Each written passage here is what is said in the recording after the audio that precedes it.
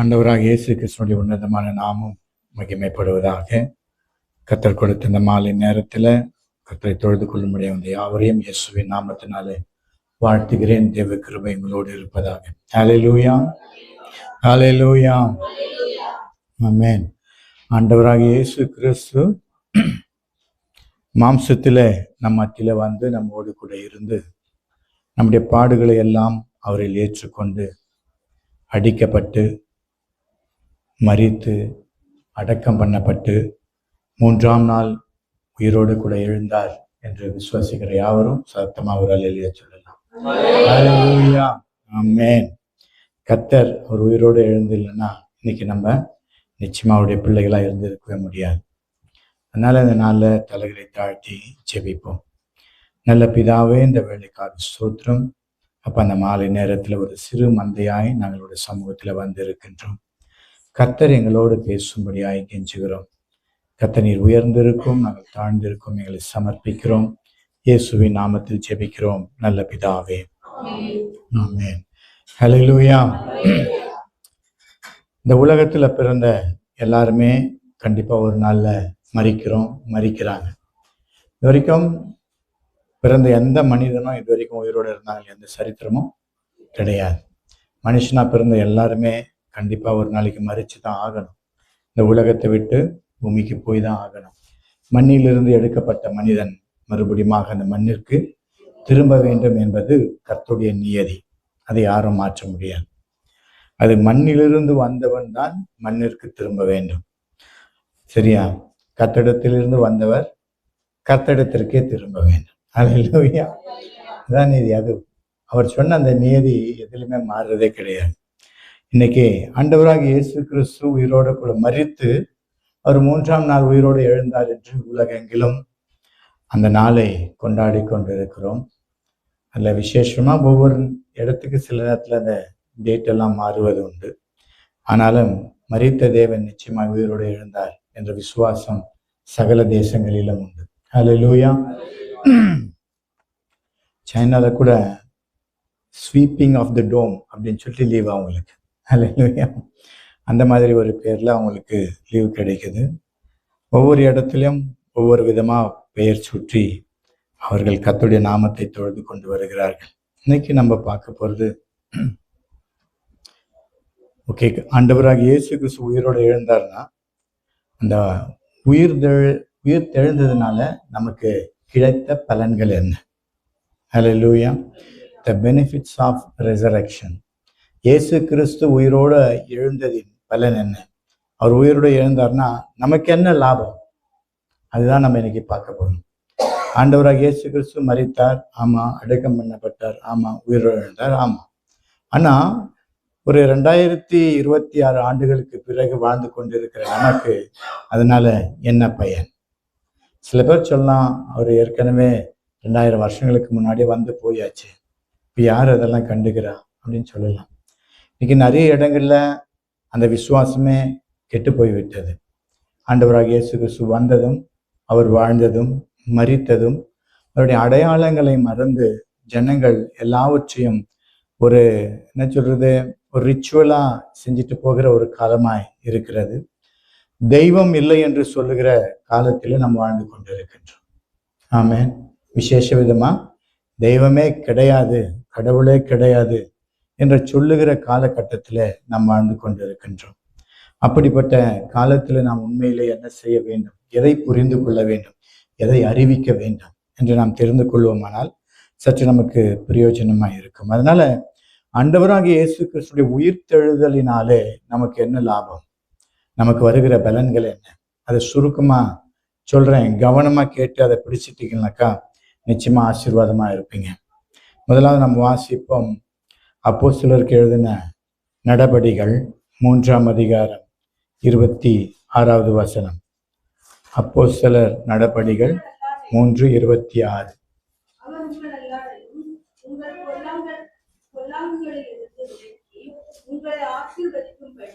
தேவன் தம்முடைய பிள்ளையாகிய இயேசுவை எழுப்பி முதலாவது உங்களிடத்திற்கு அவரை அனுப்பினார் என்றார். ஆமென். ஹல்லேலூயா. வசனம் என்ன சொல்லுதுன்னா, அவர் உங்கள் எல்லோரையும் உங்கள் பொல்லாங்குகளில் இருந்து விலக்கி உங்களை ஆசீர்வதிக்கும்படி தேவன் தம்முடைய பிள்ளையாகிய இயேசுவை எழுப்பி முதலாவது உங்களிடத்திற்கே அவரை அனுப்பினார். அல்லேலூயா. நம்மெல்லாம் இங்க வெளிநாட்டுல வாழ்ந்துட்டு இருக்கிறோம் இல்லையா? சில பேர் வருஷத்துக்கு ஒரு முறை, 2 வருஷத்துக்கு முறை, சில பேர் 3 வருஷம் கழிச்சு வெக்கேஷன் போகிறவங்களா காணப்படுறோம். வருஷம் முழுக்க நமக்கு நிறைய ஃப்ரெண்ட்ஸ் எல்லாம் கிடைக்கிறாங்க இந்த தேசத்துல. எவ்வளவு க்ளோஸா பழகினாலும், எவ்வளவு நெருங்கி பழகினாலும், அடுத்து ஒரு 2 நாள் நமக்கு வெக்கேஷன் வருதுன்னா நம்முடைய உள்ளம், சரீரம் எல்லாம் கொஞ்சம் சுறுசுறுப்பாயிடும். ஹல்லேலூயா. வேலையெல்லாம் ஃபாஸ்டா செய்வோம் இல்லையா? கம்பெனியில் சொல்ற வேலையை கொடுக்காத வேலையை கூட செஞ்சு முடிப்போம். அப்படியெல்லாம் ஏன்னா இன்னும் 2 நாள்ல நான் போயிட்டு எங்க அப்பாவை பார்க்க போறேன், எங்க அம்மாவை பார்க்க போறேன், அல்லது என் கணவரை பார்க்க போறேன், மனைவியை பார்க்க போறேன், என்னுடைய பிள்ளைகளை பார்க்க போறேன் என்கின்ற ஆர்வம் நம்முடைய உள்ளத்திலே வந்து விடுகிறது. ஆமா தானே? அப்படி எவ்வளவு பழகி இருந்தாலும் கொண்டு போய் ஏர்போர்ட்ல விட்ட உடனே டாட்டான்னு காட்டிட்டு போயிடுவோம். ஹல்லேலூயா. அதுக்காக நம்ம காத்திருக்க மாட்டோம். இவ்வளவு நாள் பழகணுமே, ஒன்னா சாப்பிட்டோமே, ஒன்னா தூங்கணுமே, அப்படிலாம் கவலைப்படுறோம் கிடையாது. ஹல்லேலூயா. சந்தோஷமா கையாட்டிட்டு போயிடுவோம். ஹல்லேலூயா. நீங்க யோவான் எழுதின சுவிசேஷம் நம்ம போன வியாழக்கிழமை வாசித்தோம். யோவான் எழுதின சுவிசேஷம் 13 இருந்து 16, 17 வரைக்கும் அன்னைக்கு எல்லா வசனங்களையும் வாசித்தோம். அதுல ஒரு விசேஷமா சில காரியங்களை நீங்க கவனிச்சீங்கன்னாக்கா 14ஆம் அதிகாரத்துல 19, 20 வாசிப்போம். யோவான் 14, 19, 20. இன்னும் கொஞ்சம் காலத்தில் உலகம் என்னை காணாது, நீங்களோ என்னை காண்பீர்கள். நான் பிழைக்கிறபடியினால் நீங்களும் பிழைப்பீர்கள். நான் என் பிதாவிலும் நீங்கள் என்னிலும் நான் உங்களிலும் இருக்கிறதை அந்நாளிலே நீங்கள் அறிவீர்கள். ஆமென். அடுத்து 16ஆம் அதிகாரம். 16ஆம் அதிகாரத்துல 7 இருந்து 11. நான் போகிறது உங்களுக்கு யோசனமாய் இருக்கும். நான் போகாதிருந்தால் தேற்றவாளன் உங்களிடத்தில் வரார். நான் போவேனே ஆகில் அவரை உங்களிடத்திற்கு அனுப்புவேன். அவர் வந்து பாவத்தை குறித்தும் நீதியை குறித்தும் நியாயத்தீர்ப்பை குறித்தும் உலகத்தை கண்டித்து உணர்த்துவார். அவர்கள் என்னை விசுவாசியாதபடியினாலே பாவத்தை குறித்தும் நீங்கள் இனி என்னை காணாதபடிக்கு நான் என் பிதாவின் இடத்திற்கும் போகிறபடியினாலே நீதியை குறித்தும் இந்த உலகத்தின் அதிபதி நியாயம் தீர்க்கப்பட்டதினாலே நியாயத்தீர்ப்பை குறித்தும் கண்டித்து உணர்த்துவார். ஆமென். ஹல்லேலூயா. இந்த வசனங்கள் எல்லாம் இன்னும் நிறைய இடைப்பட்ட 13 இருந்து 17 வரைக்கும் வாசிக்கும் போது ஏசப்பா அடிக்கடி சொல்வார், நானும் என் பிதாவும் ஒன்றா இருக்கிறோம், என் பிதாவின் இடத்தில் நான் போகிறேன். ஹல்லேலூயா. அவரும் நாங்களும் ஒன்றா இருக்கிறோம், ஐக்கியமா இருக்கிறோம். அந்த மாதிரி நீங்களும் ஐக்கியமா இருக்கணும், ஒன்றா இருக்கணும். இப்படி ஐக்கியத்தை குறித்தும் ஒருமைப்பாட்டை குறித்தும் தான் பிதாவினிடத்தில் இருந்த காரியங்களும் இருக்க போகிற காரியங்களும் குறித்து அதிகமா பேசிக்கிட்டே இருப்பார் அந்த ராத்திரியெல்லாம். ஹல்லேலூயா. ஏன்னா அவருக்கு நல்லா தெரியும், இன்னும் கொஞ்ச நாள்ல நான் அவர்கிட்ட போக போறேன். ஹல்லேலூயா. அவர் அந்த மகிமை விட்டு இறங்கி வந்து நம்மோடு கூட வாழ்ந்த காலத்துல நண்பர்களை அவர் சம்பாதித்திருந்தாலும் கூட தன் பிதாவினிடத்துல போகிற காரியத்தை குறித்து பேசிக்கிட்டே இருந்தார். ஹல்லேலூயா. நாமளும் இப்ப போக போறேன், பார்க்க போறேன், பிள்ளைங்களை பார்க்க போறேன், அப்பா அம்மாவை பார்க்க போறேன் இல்லையா, எல்லாரையும் பார்க்க போறேன் அப்படின்னு சொல்லிட்டு சந்தோஷமா போயிட்டு ஏர்போர்ட்ல ஃபிளைட்லயும் ஏத்திட்டு ஃபிளைட்டு ஜித்தா ஒரு ரவுண்ட் அடிச்சு அப்படியே கீழே கொண்டு விட்டு மறுபடியும் ஜித்தாவிலே வந்து உங்க ஃப்ரெண்ட்ஸுங்களே பார்க்க வச்சா உங்களுக்கு எப்படி இருக்கும்னு நினைக்கிறீங்க? ஹல்லேலூயா. ஹல்லேலூயா. இப்போ அந்த வசனத்தை மறுபடியும் வாசிக்கும் போது வசனம் அப்போஸ்தலர் 3ஆம் அதிகாரம் 26வது வசனம். அவர் உங்கள் எல்லாரையும் பொல்லாங்குகள் இருந்து விலக்கி உங்களை ஆசீர்வதிக்கும்படி தேவன் தம்முடைய பிள்ளையாகிய இயேசுவை எழுப்பி முதலாவது உங்களிடத்திற்கே அவரை அனுப்பினார். ஆமென். ஹல்லேலூயா. இப்ப புரியுது அந்த வசனம். ஏசப்பா முதல்ல அவரு எங்க அப்பா கிட்ட போக போறேன், பிதாவிடத்துல போக போறேன், நான் உங்களுக்கு யாருக்கும் பார்க்க முடியாது, நீங்க யாரும் என்ன பார்க்க முடியாது, நான் போற இடத்துக்கு நீங்க எல்லாம் வர முடியாது எல்லாம் பேசிட்டு அவர் மரித்து 3ஆம் நாள் உயிரோடு எழுந்தவனே போகணும்னு நினைக்கும் போது அப்பா என்ன சொன்னாராம், முதல்ல போய் அவங்களெல்லாம் பார்த்துட்டு வந்தாராம். ஹல்லேலூயா. அப்போ அந்த பிதாவானவர் நமக்கு வைத்த பாக்கியத்தை எண்ணி பார்க்க வேண்டும். நாம் எல்லாரும் எவ்வளவு ஆசீர்வதிக்கப்பட்டவர்கள் என்று எண்ணி பார்க்க வேண்டும்.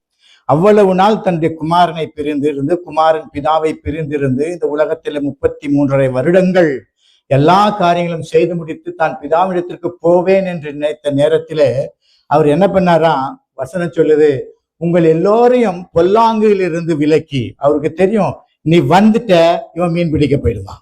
ஹல்லேலூயா. நீ வந்துட்ட, இன்னொருத்தன் சொல்லுவான், அவருடைய விழாவிலே நான் தொட்டு பார்த்து விரலில் இருக்க காயங்களை விரல விட்டு ஆட்டி இதெல்லாம் பார்த்தா தான் உயிரோடு எழுந்தவன் நம்புவான். இப்படி எல்லாம் பேசிட்டு இருப்பானுங்க. ஹல்லேலூயா. ஒருத்தனும் நம்ப மாட்டான். இவ்வளவு நாள் இருந்த இல்ல, ஹல்லேலூயா, இவ்வளவு நாள் இருந்த, ஆனாலும் அவர்கள் பொல்லாங்குகளை விட்டு நீங்காமல் இருப்பதனால நீ என்கிட்ட உடனே வந்துடாத, உன்னை நான் எவ்வளவு நேசிக்கிறேனோ அதே போலதான் சகல ஜனங்களையும் நான் நேசிக்கிறேன். அவங்களை அந்த பொல்லாங்குல இருந்து விலக்கி அவங்களும் என்கிட்ட வரணும், அதனால முதல்ல அவங்கள போய் பாருங்க. ஹல்லேலூயா. உயிர்த்தெழுதலுடைய அந்த மகிமை என்னவென்றால், கர்த்தர் முதலிடத்தை நமக்கே கொடுத்தார். ஹல்லேலூயா. அநேகருக்கு கிடைக்காத ஒரு பாக்கியம், தன் குமாரனை உயிரோடு கூட எழுப்பி தன்னிடத்துல வந்து அந்த மகிமையில அமர்ந்திருப்பார் என்று நினைத்தவர், ஆனால் உன்னையும் என்னையும் கண்டு நாம் பாவத்திலே விழுந்து விடுமோ, நாம் தவறி விடுவோம், நாம் வணங்கா கழுத்துள்ள ஜனம் மறுபடியும் நிச்சயமாக மாறி போவோம் என்று நினைத்த கர்த்தர், வசனம் சொல்லுகிறது, நம்மை பொல்லாங்கில் இருந்து விலக்கி நம்மை ஆசீர்வதிக்கும்படி. ஹல்லேலூயா. பொல்லாப்பிலிருந்து விலக்குறது மாத்திரமல்ல, நம்மை ஆசீர்வதிக்கும்படியாக தேவன் தம்முடைய பிள்ளையாகிய இயேசுவை எழுப்பி முதலாவது உங்களிடத்திற்கு அவரை அனுப்பினார். எவ்வளவு பெரிய பாக்கியவான்கள் நாம். ஹல்லேலூயா. எத்தனை பெரிய இந்த வசனத்தை வாசிக்க வாசிக்க வாசிக்க நீங்க நினைச்சுக்க, மறுபடியும் இந்த ஒரு 3:26 வாசித்து பாருங்க. எவ்வளவு பெரிய பாக்கியம் பெற்ற ஜனங்களாய் நாம் காண்கின்றோம். மகிமையான தேவன் அவ்வளவு நாட்கள் வாழ்ந்து பாடுகளை அனுபவித்து மரணத்தை ஏற்றுக்கொண்டு தன் தகப்பனிடத்தில் போவேன் என்று இரவெல்லாம் பேசினவர். ஹல்லேலூயா. பிதாவானவருடைய கட்டளைக்கு கீழ்ப்படிந்து அவர் மறுபடியுமாய் நம்மிடத்திற்கு அனுப்பப்பட்டாராம். எழுப்பி முதலாவது நம்மிடத்திற்கு அனுப்பப்பட்டாராம். ஹல்லேலூயா. அப்படி என்றால் இந்த இருதயத்தை ஆட்கொள்ள, நம்மை பாவங்களில் இருந்து விடுவிக்க, நம்மை ஆசீர்வதிக்க, நாம் ஆசீர்வாதமாய் இருக்க வேண்டும் என்பதற்காக பிதாவினிடத்தில் போவதை காட்டிலும் நம்மிடத்தில் வருவதை கர்த்தர் அதை மகிமையாக எண்ணினார். ஹல்லேலூயா. ஹல்லேலூயா. 2 பேர் ஃப்ரெண்டு இருக்கிறோம், ஏழைதான் 2 பேரும், எங்கெங்கோ சுத்துறோம், வேலை பார்க்குறோம், ஒன்னா சாப்பிட்றோம், ஒன்னா வருகிறோம், எல்லாம் பண்றோம். திடீர்னு உங்களுக்கு யோகா அடிச்சிச்சு, நீங்க முதலமைச்சர் ஆயிட்டீங்க. ஹல்லேலூயா. சரியா? போயிட்டு முதலமைச்சர் பட்டமளிப்பு விழால அது முடிஞ்ச உடனே நேரம் உங்க அப்பா அம்மா பார்க்க போகாம நேரம் என்ன பார்த்து வந்தா அந்த அன்பு எவ்வளவு பெருசுன்னு நினைக்கிறீங்க? ஹல்லேலூயா. அதை காட்டிலும் பெரிதான அன்பை இந்த வசனத்துல உங்களால புரிஞ்சுக்க முடியும். ஹல்லேலூயா. அந்த மகிமையின் தேவன் முதலாவது நம்மை சந்திக்க வந்தாராம் உயிரோடு எழுந்தவுடனே. ஏன்னா நம்மை பொல்லாங்கில் இருந்து விலக்கி நம்மை ஆசீர்வதிக்கும்படியாக அந்த மகிமையின் தேவன் நம்மத்திலே இறங்கி வந்தாராம். ஹல்லேலூயா. இதை காட்டிலும் அதிகமான ஆசீர்வாதம் வேற எதுக்குமே தேவையில்லைங்க. அந்த தேவன் இருக்கும்போது மாத்திரம் வரல, இந்த உலகத்துல மாம்சத்துல வாழ்ந்த போது மாத்திரம் வரல, நம்முடைய பாடுகளை மாத்திரம் ஏத்துக்கல, நம்முடைய வேதனைகளை மாத்திரம் சகிக்கல, ஆனா தன் தகப்பனிடத்தில் போவேன் என்று நினைத்த பொழுதும் மறுபடியுமாய் நம்மை சந்திக்க வந்தார் என்றால் அந்த ஆசீர்வாதத்தை எண்ணி பார்த்து மரண பரியந்தம் அவருக்கு நாம் நன்றியுள்ளவர்களாய் இருக்க வேண்டும். அந்த அன்பை நாம் புரிந்து கொள்ள வேண்டும்.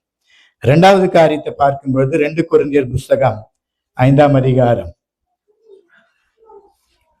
2 கொரிந்தியர் 5ஆம் அதிகாரம் 15 - 19.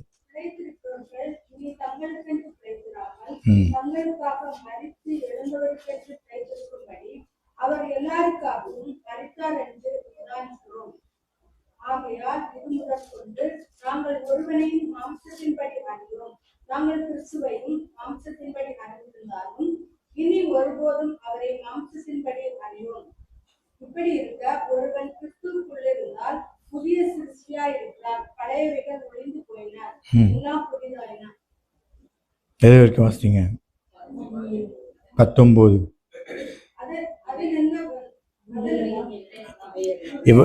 தேவனாலே உண்டாயிருக்கிறது. அவர் இயேசு கிறிஸ்துவை கொண்டு நம்மை தம்மோட ஒப்புரவாக்குதலின் ஊழியத்தை எங்களுக்கு ஒப்புக் கொடுத்தார். அது என்னவெனில், தேவன் உலகத்தாருடைய பாவங்களை எண்ணாமல் கிறிஸ்துவுக்குள் அவர்களை தமக்கு ஒப்புரவாக்கி ஒப்புரவாக்குதலின் உபதேசத்தை எங்களிடத்தில் ஒப்புவித்தார். ஆமென். ஹல்லேலூயா. இதுல இருந்து என்ன காரியம், இந்த 15 இருந்து 19 வரைக்கும் வாசிக்கும் பொழுது என்னத்தை புரிஞ்சுக்கலாம்னு சொன்னா, கர்த்தர் இந்த உலகத்தின் பாவங்களை போக்கவே தம்மை பலியாக ஒப்பு கொடுத்தார். அப்படி ஒப்பு கொடுத்தவர் உயிரோடு எழுந்ததுனால நமக்கு உண்டான காரியம் என்னவென்றால், பிதாவுக்கும் நமக்கும் எதிரிடையாக இருந்த ஒரு மிகப்பெரிய பிளவை அவர் எடுத்து போட்டு, அந்த இருளை எடுத்து போட்டு, 18வது வசனம் 19 சொல்றபடி இவையெல்லாம் தேவனாலே உண்டாயிருக்கிறது. அவர் இயேசு கிறிஸ்துவை கொண்டு நம்மை தம்மோடு ஒப்புரவாகுதலின் ஊழியத்தை எங்களுக்கு கொடுத்தார். அது என்னவெனில், தேவன் உலகத்தாருடைய பாவங்களை எண்ணாமல் கிறிஸ்துவுக்குள் அவர்களை தமக்கு ஒப்புரவாக்குதலின் உபதேசத்தை எங்களுக்கு ஒப்புவித்தார். அது ஆழமா புரியும் பொழுது என்னன்னா, இந்த உலகத்துல நான் வாழ்ந்து கொண்டிருக்கிற மாம்சத்தில் இருக்கிற நாம் சின்ன சின்ன தப்புக்கெல்லாம் கர்த்தரை விட்டு விலகியே இருந்தோம். நாம் செய்கிற எல்லா பாவத்திற்காகவும் பலிகளை செலுத்தி மறுபடியும் பாவங்களை செய்து கொண்டிருந்தோம். மனுஷன் என்னன்னா, போக போக பலி செலுத்துவதற்கென்றே பாவங்களை செய்ய ஆரம்பித்து விட்டான். அதனால கர்த்தருக்கும் மனித குலத்திற்கும் ஒரு மிகப்பெரிய பிளவு இருந்து கொண்டே இருந்தது. கர்த்தர்கிட்ட அவனால போக முடியாத ஒரு சூழ்நிலை, அந்த மகா பரிசுத்த ஸ்தலத்திற்கு அவனால் உள்ள நுழைய முடியாத ஒரு காரியமாய் இருந்தது. அப்படிப்பட்ட சூழ்நிலையில யாருமே வர முடியாது என்ற ஒரு பாவம் இந்த உலகத்தில பெருகின பொழுது வசனம் சொல்லுது, இயேசு கிறிஸ்துவை கொண்டு நம்மை தம்மோடு ஒப்புரவாக்கின் ஊழியத்தைகளுக்கு கொடுத்தார். இயேசு ஒரே ஒருவர் மரித்ததுனால, ஒரே ஒருவர் அந்த மரணத்தை ஜெயித்ததினால, அந்த ஒருவரே மறுபடியுமாய் எழுந்ததினால வசனம் சொல்லுது, ஒருவன் கிறிஸ்துவுக்குள் இருந்தால் அவன் புது சிருஷ்டியாய் மாறுகிறான். அந்த புது சிருஷ்டியாய் மாறுகிறவன் மாம்சத்திலிருந்து ஒழிந்து ஆவிக்குரியவனாய் மாறுகிறான். அவன் ஜீவனோடு கூட இருந்தாலும் இயேசு கிறிஸ்துக்குள்ள இருப்பதினால அவனும் அந்த உயிர்த்தெழுதலின் சாயலாக மாறி கர்த்தரோடு கூட ஒப்புரவாகிறான். ஹல்லேலூயா. நிறைய பேருக்கு இந்த ரகசியம் புரியுறது இல்லை. மாம்சத்துல இருக்கிறேன், நான் பாவத்துல இருக்கிறேன், நானும் மாம்சம் தானே, நானும் மனுஷன் தானே என்று நிறைய தரம் விழுந்து போகிற மனுஷர்கள் அதிகம். ஆனா வசனம் என்ன சொல்லுதுன்னா, இயேசு கிறிஸ்துவுக்குள்ளாக நம்மை மன்னித்தாரான். ஹல்லேலூயா. நீ பாவ மன்னிப்பு கேட்டதுனால அல்ல, நீ பலி செலுத்ததுனால அல்ல, நீ காணிக்கப்பட்டதுனால அல்ல, ஹல்லேலூயா, நீ ஊழியங்களை செய்ததுனால அல்ல. நம்முடைய பாவங்கள் எதனால் மன்னிக்கப்பட்டது என்றால் இயேசு கிறிஸ்துவினாலே. ஹல்லேலூயா. அவர் ஒருவர் நிமித்தம் தான் இவையெல்லாம் தேவனால் உண்டாயிருக்கிறது. அவர் இயேசு கிறிஸ்துவை கொண்டு நம்மை தம்மோடு ஒப்புரவாக்குதலின் ஊழியத்தை எங்களுக்கு கொடுத்தார். அது என்னவெனில், தேவன் உலகத்தாருடைய பாவங்களை எண்ணாமல், நம்முடைய பாவங்களை அவர் பார்க்கல. ஹல்லேலூயா. அவர் நம்ம எல்லாம் பாவிகளா நின்ற பொழுது நம்முடைய பாவங்களை எல்லாம் அவர் பார்க்கலையாம். அவர் பார்த்தது ஒன்றுதான், கிறிஸ்துவுக்குள் அவர்களை தமக்கு ஒப்புரவாக்கி கொண்டார். இயேசு கிறிஸ்துடைய காயங்களை பார்த்து, இயேசு கிறிஸ்துடைய தழும்புகளை பார்த்து அவர் மரித்ததினால நம்முடைய பாவங்களும் மரித்தது. ஹல்லேலூயா. இயேசு கிறிஸ்து மரித்ததினாலே நம்முடைய பாவங்களும் மரித்தது. அவர் உயிரோடு எழுந்ததினாலே நாம் புது சிருஷ்டியாய் மாறினோம், தேவனோடு கூட ஒப்புரவாகணும். ஹல்லேலூயா. அதான் அந்த உயிர்த்தெழுதலுடைய மகிமை. அவர் உயிரோடு எழுந்ததினாலே பிதாவோடு கூட ஒப்புரவாகிற ஒரு பாக்கியம் நமக்கு உண்டானது. நான் அடிக்கடி சொல்லுவேன், இயேசு கிறிஸ்து மரித்தது பெரிதல்ல, இயேசு கிறிஸ்து மரித்தது பெரிதல்ல, அவர் மறுபடியுமாய் உயிரோடு எழுந்ததுதான் நம்மை அவரோடு கூட ஒப்புரவாக்கினது. ஹல்லேலூயா. அவர் உயிரோடு எழுந்ததுதான் எல்லாவற்றையும் மறைத்து போட்டு நாமும் கிறிஸ்துவோடு கூட உயிரோடு கூட எழுந்தோம் என்று நினைத்து நம்மையும் புது சிருஷ்டியாக மாற்றினார். அது மேல உள்ள வசனம் அது சொல்லுது, இப்படி இருக்க ஒருவன் கிறிஸ்துவுக்குள் இருந்தால் புது சிருஷ்டியாய் இருக்கிறான், பழையவைகள் ஒழிந்து போயின, எல்லாம் புதிதாயின. ஹல்லேலூயா.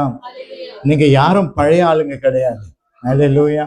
பழைய பாவங்களிலே வாழ்கிற ஜனம் கிடையாது. எப்போ நீ இயேசு கிறிஸ்துவை சொந்த இரட்சகராய் உன் உள்ளத்துல ஏற்றுக்கொள்கிறாயோ, எப்பொழுது நீ விசுவாசிக்கிறியோ, அவர் என் பாவங்களுக்காக மரித்தார் என்று விசுவாசிக்கிறியோ, எப்பொழுது நீ நினைக்கிறியோ எனக்காகவே உயிரோடு கூட எழுந்தார் என்று நீ விசுவாசிக்கிறியோ, அன்றைக்கே உன் பாவம் மறைக்கப்பட்டது.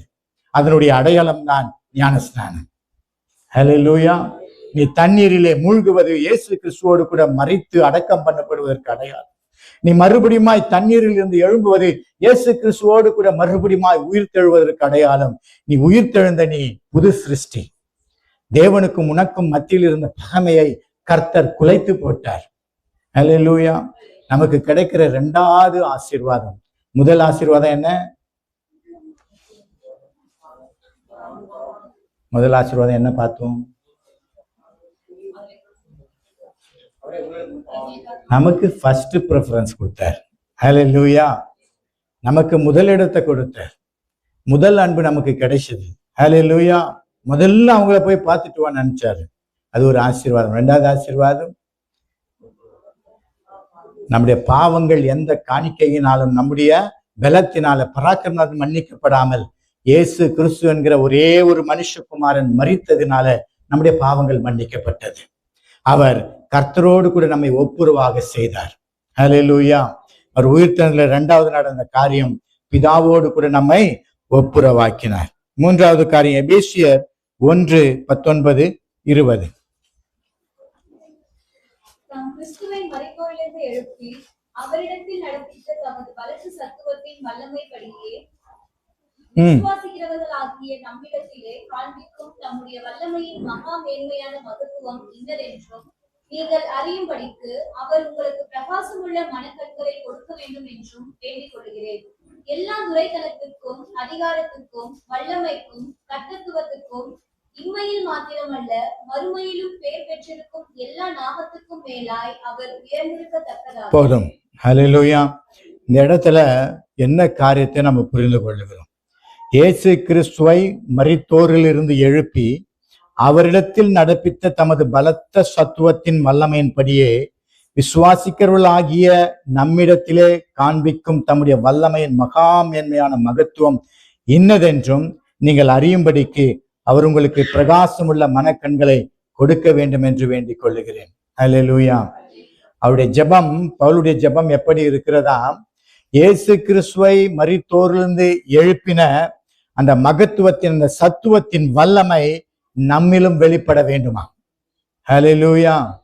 இயேசு கிறிஸ்துவினிடத்தில் வெளிப்பட்ட அந்த உயிரோடு கூட எழுந்த அவரிடத்தில் நடப்பித்த பலத்த சத்துவத்தின் வல்லமை அவரை விசுவாசிக்கிறவராகிய நம்மிடத்திலும் கர்த்தர் காண்பிக்கும்படியாக அந்த அன்பை வைத்திருக்கிறபடினால, அந்த கிருபை வைத்திருக்கிறபடினால அதை பார்க்கும்படியாக நம்முடைய கண்கள் திறக்கப்பட வேண்டுமா?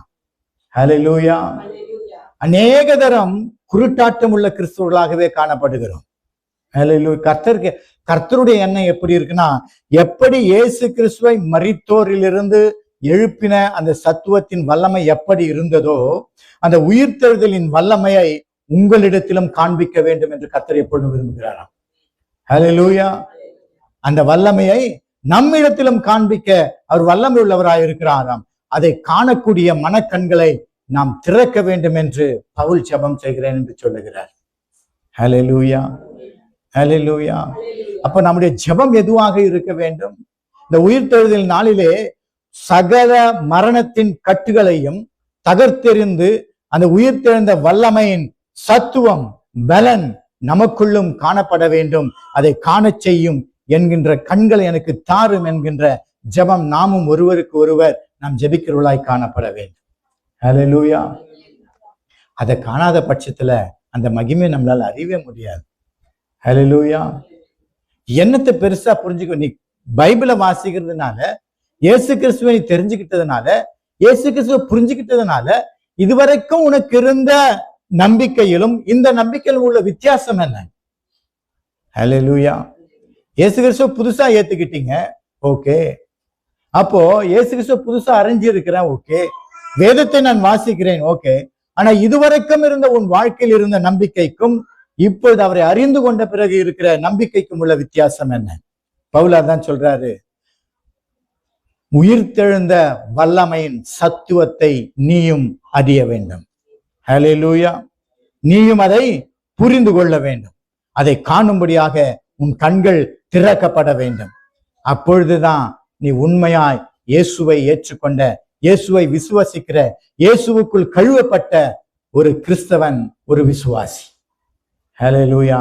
அந்த மகத்துவத்தை அறியக்கூடிய பலன் நமக்கு கிடைக்கலனா, அந்த மகத்துவத்தை அறியக்கூடிய அறிவு நமக்கு வரலன்னா, அந்த உயிர்த்தெழுதலின் வல்லமையை அறிகிற ஒரு பலன் நமக்கு கிடைக்காமையே போயிடுச்சுனாக்கா கிறிஸ்துவ வாழ்றதுக்கு அடையாளமே அர்த்தமே இல்லாம போயிடும். ஹல்லேலூயா. அதை கர்த்தர் இந்த உலகத்தில் இருக்கும்போதே நீ புரிஞ்சுக்கணும்னு விரும்புகிறார், நீ அதை அறியணும்னு கர்த்தர் விரும்புகிறார். அடுத்து 4வது காரியம், ரோமர் 7வது அதிகாரம், ரோமர் 7:2-6 வரைக்கும் வாசிப்போம். ஆகையால் அது எப்படி என்றால், புருஷனை உடைய ஸ்திரீ தன் புருஷன் உயிரோடு இருக்கும் மனமும் நியாயப்பிரமாணத்தின்படியே அவனுடைய நிபந்தனைக்கு உட்பட்டிருக்கிறாள். புருஷன் மரித்த பின்பு புருஷனை பெற்ற பிரமாணத்திலிருந்து விடுதலை ஆகியிருக்கிறாள். ஆகையால் புருஷன் உயிரோடு இருக்கையில் அவள் வேறொரு புருஷனை விவாகம் பண்ணினால் விபச்சாரி எனப்படுவாள். புருஷன் மரித்த பின்பு அவள் அந்த பிரமாணத்தினின்று விடுதலை ஆனபடியால் வேறொரு புருஷனை விவாகம் பண்ணினாலும் விபச்சாரி அல்ல. அப்படி போல என் சகோதரரே, நீங்கள் மரித்தோரிலிருந்து எழுந்த கிறிஸ்து என்னும் வேறொருடையவர்களாகி தேவனுக்கென்று கனி கொடுக்கும்படி கிறிஸ்துவின் சரீரத்தினாலே நியாயப்பிரமாணத்துக்கு மரித்தவர்களானீர்கள். நாம் மாம்சத்துக்கு உட்பட்டிருந்த காலத்தில் நியாயப்பிரமாணத்தினாலே தோன்றின பாவ இச்சைகள் மரணத்துக்கு ஏதுவான கனிகளை கொடுக்கத்தக்கதாக நம்முடைய அவயங்களிலே பலம் செய்தது. இப்பொழுதோ நாம் பழமையான எழுத்தின்படி அல்ல, புதுமையான ஆவியின்படி ஊழியம் செய்யத்தக்கதாக நம்மை கட்டி இருக்கிற நியாயப்பிரமாணத்துக்கு நாம் மரித்தவர்களாகி அதினின்று விடுதலையாக்கப்பட்டிருக்கிறோம். ஆமென், ஹல்லேலூயா. இதுல தெரிஞ்சுக்கிற 4வது காரியம் என்னவென்றால், கர்த்தருடைய உயிர்த்தெழுதல நடந்த மிகப்பெரிய வல்லமை என்னவென்றால், இல்ல பவுல் எழுதும்போது நியாயப்பிரமாணத்தை அறிந்தவர்களுடனே பேசுகிறேன், நியாயப்பிரமாணத்தை தெரிஞ்சவங்க கிட்ட பேசுறேன் அப்படின்ட்டு எழுதுறார். அதுக்கு ஒரு உதாரணத்தை சொல்றார். ஒரு கணவன் மனைவி இருந்து அவர்களுக்கு திருமணமாகி அவர்கள் வாழ்க்கையில அவர்கள் உயிரோடு இருக்கிற நாளெல்லாம் மனைவியானவள் கணவனுக்கு கட்டுப்பட்டவள். அந்த கணவன் என்ன சொல்றானோ அதன்படிதான் அந்த மனைவி கேட்க வேண்டும். இப்போ மனைவி உபவாசம் எடுக்கிறேன்னு சொல்றாங்கன்னு வச்சுங்க, நான் இந்த லென்த் டேஸ் போச்சு, 40 நாள் நான் உபவாசம் அப்படின்னு மனைவி சொன்னா, கணவன் நீ எடுக்கக்கூடாது அப்படின்னா அது கட்டுப்படணும். அதான் புருஷனுக்குரிய நியாயப்பிரமாணம். ஹல்லேலூயா. வேதத்தின்படி நீ எடுக்காதன்னு சொன்னா மனைவியானவள் அதற்கு கட்டுப்பட வேண்டும். அப்போ அப்படி அவள் கட்டுப்பட்டுகிறாள். ஆனா உயிரோடு இருக்கிற வரைக்கும் தான் அது. புருஷன் செத்து போயிட்டா அவள் அதிலிருந்து விடுதலை ஆக்கப்படுகிறாள். அந்த நியாய பிரமாணத்திலிருந்து, அந்த புருஷனுடைய பிரமாணங்களில் இருந்து அவள் விடுதலைக்கப்படுகிறாள். அவள் உபவாசம் இருக்கணும், நான் இருந்துக்கலாம், வெளியே போனா போகலாம், வரலன்னா வரலாம், எது வேணாலும் செய்யலாம், இன்னொரு முறை திருமணம் முடிச்சுக்கலாம் அப்படின்னா அவர் சொல்றாரு பவுல். ஹல்லேலூயா. ஆனால் கணவன் இருக்கிற வரைக்கும் கணவன் என்ன சொல்றானோ அதை கேட்டுதான் மனைவி நடக்கணும். ஹல்லேலூயா. அப்ப சொல்றாரு, நியாயப்பிரமாணத்தை அறிந்தவர்களோடு கூட பேசுகிறேன். நியாயப்பிரமாணத்தை ஏற்படுத்தினவர், நியாயப்பிரமாணத்தை கொடுத்தவர் அந்த நியாயப்பிரமாணத்தின்படியே மரித்ததுனால எல்லா நியாயப்பிரமாணமும் செத்து போச்சு. இனிமே அதுக்கு பலன் கிடையாது. ஹல்லேலூயா. அவர் உயிரோடு கூட எழுந்ததுனால, நம் கிறிஸ்துவுக்குள் கட்டுப்பட்டதுனால நம் ஆவிக்குரியவர்களாய் மாறி போகணும். ஹல்லேலூயா. அதனால நியாயப்பிரமாணம் இனி உங்களை கட்டுப்படுத்தாது, ஆவியானவர் தான் உங்களை கட்டுப்படுத்துவார். ஹல்லேலூயா. நமக்கு எப்படிப்பட்ட நியாயம்? நாமெல்லாம் எந்த நியாயப்பிரமாணத்தை கட்டுப்பட்டு இருந்தோம்? யூதர்கள் அந்த நியாயப்பிரமாணத்தை கட்டுப்பட்டு இருந்தாங்க. நாமெல்லாம் எந்த நியாயப்பிரமாணத்தை கட்டுப்பட்டு இருந்தோம்? விசுவாசமா? எப்படிப்பட்ட பிரமாணங்களுக்கு கட்டுப்பட்டு இருந்தோம் சொல்லுங்க. உலக வழிபாடு. எப்படிப்பட்ட வழிபாடு? எப்படி? பழி வாங்கினா நீ பழி வாங்குறது, அது பழி வாங்கினா பழி வாங்குறது அந்த நியாயப்பிரமாணம். ஒரு கன்னத்தை இருந்தால் மறு கன்னத்தை காட்டு. நம்ம எந்த விதமான பிரமாணத்துக்கு கட்டுப்பட்டு இருந்தோம்? ஆஸ் ஏ இந்தியன்ஸ் வச்சுங்களேன், ஆஸ் ஏ இந்தியன்ஸ் எந்த பிரமாணங்களை கட்டுப்பட்டோம்? ஹல்லேலூயா. ஒருவனுக்கு ஒருத்தி. அப்ப பிரமாணத்தை விட்டுப்பட்டா ஒரு 2 பேரை கட்டிக்கலாமோ? நிறைய காரியங்களுங்க நமக்கு. ஹல்லேலூயா. கிழக்கே பார்த்து போகணும். ஹல்லேலூயா. அப்புறம் ஆச்சாரங்களும் சடங்குகளும் நமக்கு எக்கச்சக்கம். ஹல்லேலூயா. செவ்வாய்க்கிழமை டிராவல் பண்ணக்கூடாது. ஹல்லேலூயா. அப்புறம் கடல் தாண்டி போகக்கூடாது. கடல் எங்க தாண்டுறது? பூனை குறுக்க போகக்கூடாது. ஹல்லேலூயா. எத்தனை விதமான ஆச்சாரங்களை இன்னைக்கும் கிறிஸ்தவர்கள் பின்பற்றுகிறார்கள். ஹல்லேலூயா. ஐயா, உனக்காக எல்லா பிரமாணங்களுக்காக ஒருவர் மரித்து அது எல்லாத்தையும் மண்ணுல போட்டு அடக்கி அவர் இனி ஒண்ணுமே கிடையாதுன்னு சொல்லிட்டு அவர் உயிரோடு எழுந்து புது சிருஷ்டியாய் மாற்றி உன்னையும் புது சிருஷ்டியாய் மாற்றினாரே, அதையெல்லாம் விட்டுட்டேன். ஹல்லேலூயா.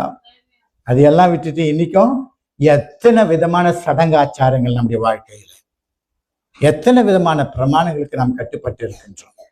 ஹல்லேலூயா. இனி சபைகளிலும் நம்முடைய சொந்த வீடுகளிலும் நம்முடைய குடும்பங்களிலும் நடக்கிற வைபவங்களுக்கு சென்றால் நன்றாய் புரியும். ஹல்லேலூயா. சபையில இருக்கும்போது அது தெரியாது. வீட்டுல ஒரு கல்யாணம்னா அன்னைக்கு தெரியும். ஹல்லேலூயா. ஒரு முறை ஒரு பாஸ்டர் வீடு திறக்க போனாராம். வீடு திறக்க போனப்போ அவர் கொஞ்சம் லேட்டாக தான் போனாராம். அது இப்போ போனப்போ வீட்டுக்கு போனப்போ உள்ள பெரிய அந்த மஞ்சள் குங்குமம் அது இதெல்லாம் ஏதோ இருந்துச்சான். அவர் கேட்டாராம் என்ன இதெல்லாம் அப்படின்னு கேட்டாராம். பாஸ்டர் முதல்ல மாடு போயிட்டு வந்துச்சு, இப்போ நீங்க போயிட்டு வாங்க.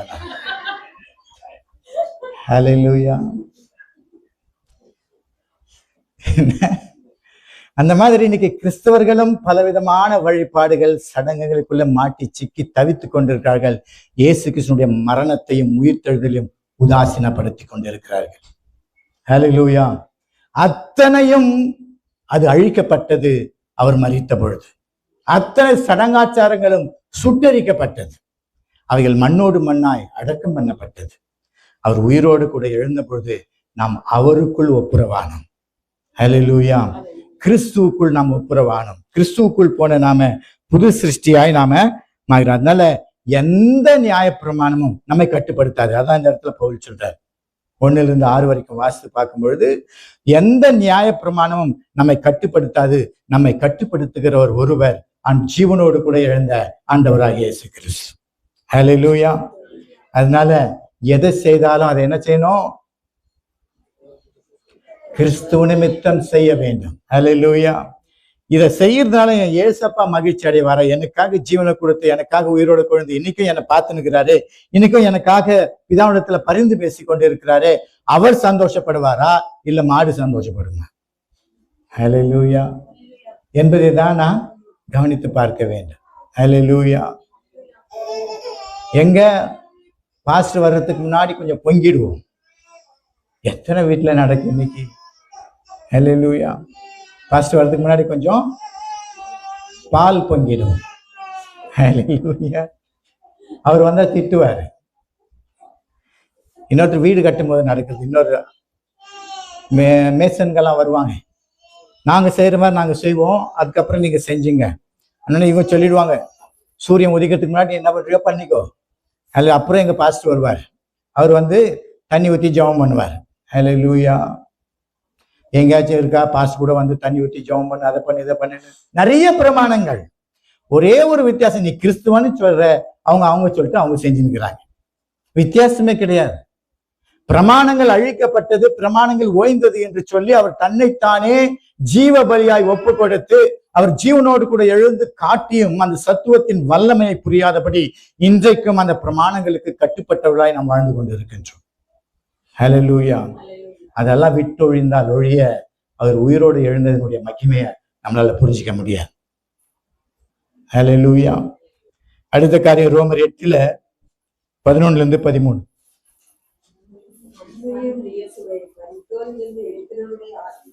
உங்களில் வாசமாய் இருந்தார். கிறிஸ்துவை மரித்தோரிலிருந்து எழுப்பினவர் உங்களில் வாசமாய் இருக்கிறவர் நம்முடைய ஆவியினாலே சாவுக்கு ஏதுவான உங்கள் சரீரங்களை உயிர்ப்பிப்பார். ஆகையால் சகோதரரே, மாமிசத்தின்படி பிழைப்பதற்கு மாமிசத்துக்கு கடனாளிகள் அல்ல. மாமிசத்தின்படி பிழைத்தால் சாவீர்கள், ஆவியினாலே சரீரத்தின் செய்கைகள் அழிந்தால் பிழைப்பீர்கள். ஆமென். ஹல்லேலூயா. வசனத்தை வாசிக்கும் பொழுது இயேசுவை மரித்தோரிலிருந்து எழுப்பினருடைய ஆவி உங்களில் வாசமாயிருந்தார். மறுபடியும் கத்த சொல்றார், ஆவியான சொல்றார். மரித்தோரிலிருந்து எழுப்பினுடைய இயேசு கிறிஸ்துவின் அந்த ஆவி உங்களுக்குள் வாசமாயிருந்தார். நமக்குள்ள அவர் வாசமாயிட்டார். எப்போ உயிரோடு கூட எழுந்தாரோ அவரை விசுவாசிக்கிற எல்லாருக்குள்ளும் அவர் வாசமாயிருக்கிறார். ஹல்லேலூயா. அவர் வாசமாய் இருந்தால் அவர் எழுதும்போது கிறிஸ்துவை மரித்தோரிலிருந்து எழுப்பினவர் உங்களில் வாசமாய் இருக்கிற தம்முடைய ஆவியினாலே சாவுக்கு எதுவான உங்களுடைய சரீரங்களையும் உயிர்ப்பிப்பார். ஹல்லேலூயா. செத்து மடிந்து போகிற அந்த சரீரத்தை நிச்சயமாக ஒரு நாள்ல அவர் உயிர்ப்பிப்பார். ஹல்லேலூயா. இது மடிந்து போகாது, இது காணாம போயிடாது. நிச்சயமா ஒரு நாள்ல நாம் உண்மையில அவருக்குள் இருப்போமானால், கிறிஸ்துவுக்குள் இருப்போமானால், அவரை ஏற்றுக்கொள்வோமானால், அவருடைய சத்தியத்தின்படி வாழ்வோமானால், ஆவிக்குரிய ஜீவியத்தை நாம் நிலைத்திருப்போமானால், மாம்சத்தின் கிரியைகளை நாம் ஒழித்தால், வசனம் என்ன சொல்லுறாங்க 13வது வசனத்துல, மாம்சத்தின்படி பிழைத்தால் சாவீர்கள், ஆவியினாலே சரீரத்தின் செய்கைகளை அழைத்தால். ஆமென். ஹல்லேலூயா.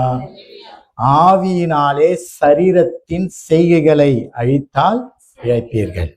உயிரோடு எழுந்தவரோடு நாமும் உயிரோடு கூட இருக்க வேண்டும் என்றால், உயிரோடு எழுந்தவருடைய வல்லமையின்படி நாமும் உயிரோடு கூட எழுப்பப்பட வேண்டும் என்றால், இந்த உலகத்தில் இருக்கும் பொழுது மாம்சத்தினால் வருகிற கிரியைகளை ஆவியினால் அழித்து போட வேண்டுமா? ஹல்லேலூயா. இந்த மாம்சத்துல எழுகிற இச்சைகள், மாம்சத்தில் எழுகிற கோபங்கள், மாம்சத்தில் எழுகிற எல்லா விதமான என்ன சொல்றது களவுத்தனங்கள், இப்படிப்பட்ட எல்லா கிரியைகள், மாம்சத்தினால் வருகிற சகல கிரியைகளும் ஆவியினால் அடக்கணுமா? ஹல்லேலூயா. ஏனென்றால் உயிரோடு எழுந்தவருடைய ஆவி நமக்குள்ளே வாசம் பண்ணுகிறது. ஹல்லேலூயா. உயிரோடு எழுந்தவருடைய ஆவி நமக்குள்ள வாசம் பண்ணலன்னா நிச்சயமா மாம்சம் கிரியை செய்யும். மாம்சம் எல்லாவற்றையும் பிறப்பிக்கும், பாவங்களை பிறப்பிக்கும். அது முளைத்து எழும்பி அது என்ன பாரும்? ஹல்லேலூயா. மரணத்திலே கொண்டு போய் விடும். ஹல்லேலூயா. அதனால என் அன்பு சகோதரி சகோதரியே, மாம்சத்தின் கிரியைகளை ஆவியினால் அழிக்கக்கூடிய பக்குவம் நமக்கு இன்னும் வரலனா உயிர்த்தெழுந்தவருடைய ஆவி நமக்குள்ள வாசமா இல்லைன்ற அர்த்தம். ஹல்லேலூயா.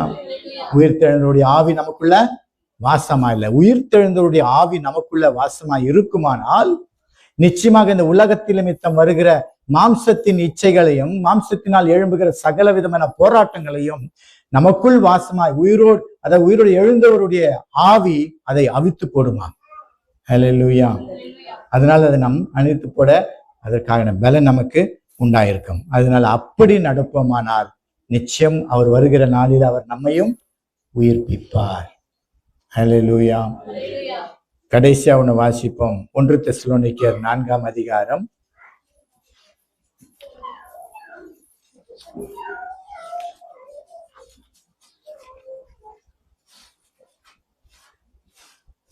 14, 15, 16. இயேசுவானவர் மரித்து பின்பு எழுந்தார் என்று விசுவாசிக்கிறோமே, அப்படியே இயேசுவுக்கு நித்திரை அடைந்தவர்களையும் தேவன் அவரோடே கூட கொண்டு வருவார். கர்த்தருடைய வார்த்தையை முன்னிட்டு நாங்கள் உங்களுக்கு சொல்கிறதாவது, கர்த்தருடைய வருகை மட்டும் உயிரோடிருக்கும் நாம் நித்திரை அடைந்தவர்களுக்கு முந்திக் கொள்வதில்லை. ஏனெனில் கர்த்தர் தாமே ஆரவாரத்தோடும் பிரதான தூதருடைய சத்தத்தோடும் தேவ எக்காலத்தோடும் வானத்திலிருந்து இறங்கி வருவார். அப்பொழுது கிறிஸ்துவுக்குள் மரித்தவர்கள் முதலாவது எழுந்திருப்பார்கள். பின்பு உயிரோடு இருக்கும் நாமும் கர்த்தருக்குள் எதிர்கொண்டு போக மேகங்கள் மேல் அவர்களோட கூட ஆகாயத்தில் எடுத்துக் கொள்ளப்பட்டு இவ்விதமாக எப்பொழுதும் கர்த்தருடனே கூட இருப்போம். ஆமென். ஹல்லேலூயா. வசனத்துல இயேசுவானவர் மரித்த பின்பு எழுந்திருந்தார் என்று விசுவாசிக்கிறோமே. ஃபர்ஸ்ட் நம்ம விசுவாசிக்கிறோமா? விசுவாசிக்கிறோம். அப்படி விசுவாசித்தால் அப்படியே இயேசுவுக்குள் நித்திரை அடைந்தவர்களும் தேவன் அவரோடு கூட கொண்டு வருவார். ஹல்லேலூயா. ஏசப்பா உயிரோடு எழுந்ததுனால தான் இயேசுக்குள் மரித்தவர்களும் அவரோடு கூட கூட வருவார்கள். எப்படி மரித்தவர்கள்? இயேசு கிறிஸ்துக்குள்ளாக மரித்தவர்கள். இயேசு கிறிஸ்துக்குள்ளாக எப்படி மரிப்பது? மாம்சத்தின் இச்சைகளை ஆவியினாலே அடக்கி வாழ்வது. ஹல்லேலூயா. மாம்சத்தின் இச்சைகளை ஆவியினாலே அடக்கி வாழ்ந்து இயேசு கிறிஸ்துவுக்குள்ளாக நாம் மரிப்போமானால் அவர் வரும் பொழுது அவர் நம்மையும் கூட கூட்டிட்டு வருவார். ஹல்லேலூயா. அதனால நம்ம இந்த சத்தியத்தை புரிஞ்சுக்கிட்டோம்னா மற்றவர்களையும் இந்த சத்தியத்தில் நடத்த வேண்டும். அப்பா அம்மாவா இருக்கலாம், கூட பிறந்தவங்களா இருக்கலாம், கணவனா இருக்கலாம், மனைவியா இருக்கலாம், எல்லோருமே அவர்களை இந்த மாம்சத்துல நடத்தாம ஆவிக்குரிய ஜீவியத்துல நடத்தி கிறிஸ்துவுக்குள்ளாக மரிக்கிற ஒரு பாக்கியத்தை நாம் அவர்களுக்கு கொடுத்து விட்டால் போதும். ஹல்லேலூயா. நிச்சயமாக அவரோடு கூட அவர்கள் வருவார்கள் என்ற நம்பிக்கையோடு கூட நாம் சந்தோஷமாக இருக்கலாம். ஹல்லேலூயா. கர்த்தருடைய வார்த்தையை முன்னிட்டு நாங்கள் உங்களுக்கு சொல்லுகிறதாவது, கர்த்தருடைய வருகை மட்டும் உயிரோடு இருக்கிற நாம் நித்திரை அடைந்தவர்களுக்கு முந்திக் கொள்வதில்லை. ஏனெனில் கர்த்தர் தாமே ஆரவாரத்தோடு பிரதான தூதனோடும் சத்தத்தோடும் தேவ எக்காலத்தோடும் வானத்திலிருந்து இறங்கி வருவார். அப்பொழுது கிறிஸ்துவுக்குள் மரித்தவர்கள் முதலாவது எழுந்திருப்பார்கள். ஹல்லேலூயா, ஹல்லேலூயா. ஃபர்ஸ்ட் நான் ரட்சிக்கப்பட்டு ஒரு மரித்தவங்களுக்காக ஒரு ஜெப கூட்டம் நடக்கும் இல்லையா, அதுல கலந்துக்க என்னை பாஸ்டர் கூட்டிட்டு போனார். அதான் என்னுடைய ஃபர்ஸ்ட் என்ன சொல்றது அனுபவம், முதல் அனுபவம். ஒரு குடிசை, அதுக்குள்ள அவர் மறிச்சிட்டாருன்னு சொன்னாங்க. அப்போ ஒரு கூட்டத்துக்கு போயிட்டு வரோம்னு கூட்டிட்டு போனார்.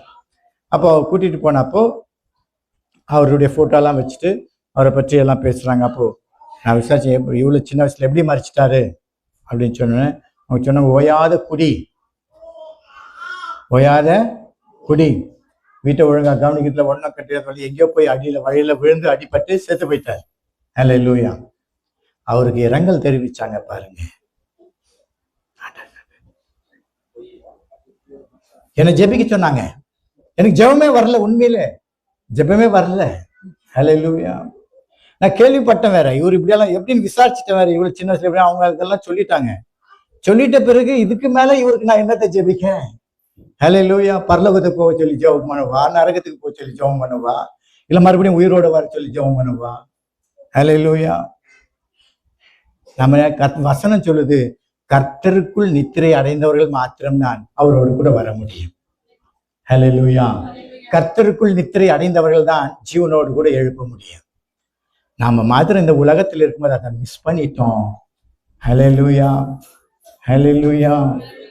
இந்த உலகத்துல மனுஷனா வாழும்போது, மாம்சத்துல இருக்கும் பொழுது, கிறிஸ்துவுக்குள் ஜீவியம் என்கின்ற அந்த வார்த்தையை நம்ம மறந்துட்டோம்னா, கிறிஸ்துவுக்குள் நான் புது சிருஷ்டியா இருக்கிறேன் என்ற அந்த மகிமையை நாம் மறந்துட்டோம்னா, அந்த உயிர்த்தெழுதலின் வல்லமை எனக்குள் கிரியை செய்கிறது, மரித்து கிடக்கிற அந்த சரீரத்தை மறுபடியும் ஜீவனோடு கூட எழுப்புகிறது என்கின்ற அந்த ஒரு உண்மையை, சத்தியத்தை நாம் மறப்போமானால், அந்த உயிர்த்தெழுந்த வல்லமை நமக்குள்ள கிரியை செய்யலன்ற மறந்து போய் இந்த உலகத்தின் ஜீவியத்திலே நாம் வாடிக்கொண்டு இருப்போமானால், நிச்சயமாக அவருடைய வருகையிலே நாம் காணப்பட மாட்டோம். ஹல்லேலூயா. நிச்சயமாக அவருடைய வருகையில காணப்படும். இந்த வாழ்க்கை, இந்த சபை, இந்த போதனை, இந்த ஆராதனை, இந்த வெள்ளிக்கிழமை, இந்த ஞாயிற்றுக்கிழமை எல்லாமே எதுக்காகனா, அவர் வரும்பொழுது நீங்களும் நானும் கூட வரணுன்றதுக்காக தான். ஹல்லேலூயா. வேற எதுக்குமே கிடையாது. சபைகள் வேற எதுக்கும் கிடையாது, ஆராதனைகள் வேற எதுக்கும் கிடையாது, ஹல்லேலூயா. ஊழியங்கள் வேற எதுக்குமே கிடையாது. எதுக்காக ஊழியங்கள்? என் ஆண்டவராகிய இயேசு கிறிஸ்து ஜீவனோடு கூட எழுந்தவர் மறுபடியுமாய் தன்னுடைய சகல தூதர்களோடு கூட, மேல வாத்தியங்களோடு கூட அவர் மேகங்களுக்கு மேலாய் வரும் பொழுது நீயும் நானும் அவரோடு கூட செல்வதற்கு ஆயத்தமா இருக்க வேண்டும். ஒருவேளை மரித்திருப்போமானால் அவர் நம்மை கூட்டிக் கொண்டு வர வேண்டும். அந்த பாக்கியத்துல கடந்து செல்வதற்காக தான் இந்த சத்தியம். அதற்காக தான் அவருடைய உயிர்த்தெழுதலின் வல்லமையை நாம் புரிந்து கொள்ள வேண்டும். ஹல்லேலூயா. அதை புரிஞ்சுக்கலன்னா மாம்சத்திலே செத்து மாண்டு போவோம், மறுபடியும் பார்க்கவே மாட்டோம். ஒரு குடும்பம், அப்பா அம்மா, கணவன் மனைவி, பிள்ளைகள், பேரப்பிள்ளைகள் எல்லாரும் இருக்கும்போது அந்த வீடு அழகான ஒரு கிறிஸ்துவ ஜீவியம் வாழ்வோமானால், ஒருவர் மரித்தாலும் அவர்கள் வருவார்கள் என்ற விசுவாசமும் நம்பிக்கையும் அன்பும் சந்தோஷமும் மகிழ்ச்சியும் அந்த வீட்டில் இருக்கும். ஹல்லேலூயா. இல்லைனா பரிதாபம் தான் நம்மை சூழ்ந்து கொள்ளும். அந்த பரிதாபங்களுக்குள் கடந்து போகாமல் மறுபடியும் அவங்களுக்கு ஒரு முறை கவனப்பற்றேன். முதல் காரியம், அவருடைய உயிரோடு கூட எழுந்ததின் ஆசீர்வாதம் என்னவென்றால், அவர் உயிரோடு எழுந்த உடனே அப்பா கிட்ட போகாம முதலாவது உன்னையும் என்னையும் பார்க்க வந்ததின் பாக்கியம் நமக்கு உண்டு. ஹல்லேலூயா. இரண்டாவது காரியம்,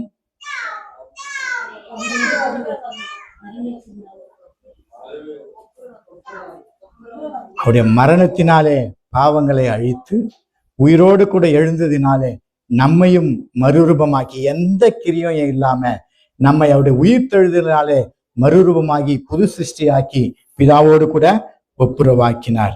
மூன்றாவது காரியம், உயிர்த்தெழுதலின் வல்லமையை நாம் அறிய வேண்டும், புரிந்து கொள்ள வேண்டும் என்று கர்த்தர் விரும்புகிறார். நான்காவது காரியம், இந்த உலகத்தின் நியாயப்பிரமாணங்கள், இந்த உலகத்தின் சீர்கேடான கிழவி பேச்சுகள், இந்த உலகத்தினுடைய எல்லா விதமான சடங்காச்சாரங்களுக்கு நாம் நீங்களாக்கி விடுவிக்கப்பட்டிருக்கின்றோம். 5வது காரியம் சொல்லுகிறது, கர்த்தர் வருகையில் அவர் நம்மையும் உயிர்ப்பிப்பார். நாம் கிறிஸ்துவுக்குள் இருந்தால் அவருக்குள் உயிரோடு கூட எழுப்பின அந்த உயிர்த்தெழுதலின் ஆவி நமக்குள் வாசமாய் இருக்கிறபடினாலே மரித்து கிடக்கிற அந்த சரீரத்தை கர்த்தர் மறுபடியுமாக, பாவத்தினால் மரித்து கிடக்கிற அந்த சரீரத்தை மறுபடியுமாக ஜீவனோடு கூட எழுப்புவார். அது மாத்திரமல்ல, உயிரோடு கூட எழுந்த தேவன் கர்த்தருக்குள் நித்திரை அடைந்தவர்களையும் அவர் வரும்பொழுது மறுபடியுமாக உயிரோடு கூட அழைத்து வருவார். அந்த ஒரு ஆசீர்வாதத்திற்காக காத்திருப்போம். கர்த்தர் நம்முடைய வாழ்க்கையில அந்த உயிர்த்தெழுதின் வல்லமையை உணரக்கூடிய பாக்கியத்தை நமக்கு தருவாராக. கண்களை மூடுவோம்.